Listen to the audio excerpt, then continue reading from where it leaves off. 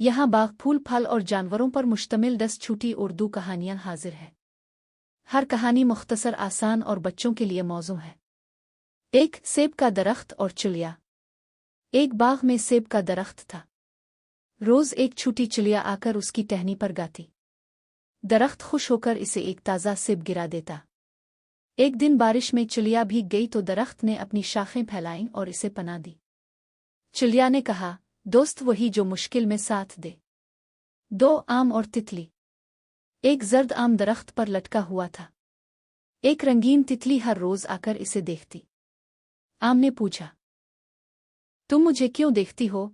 तितली ने कहा, तुम्हारी खुशबू मुझे खुश करती है। आम ने सीखा कि खूबसूरती सिर्फ रंगों में नहीं, खुशबू और अखलाक में भी होती है। 3 केला और बंदर की दोस्ती। एक बंदर रोज बाग में आता और केले के दरख्त से बातें करता।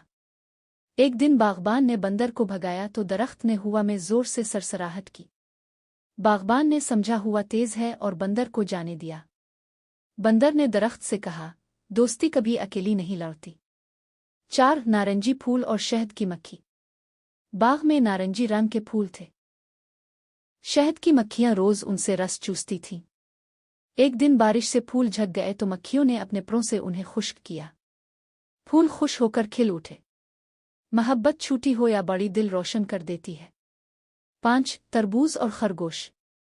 गर्मी के दिनों में एक खरगोश प्यासा फिर रहा था। इसे एक बड़ा तरबूज मिला।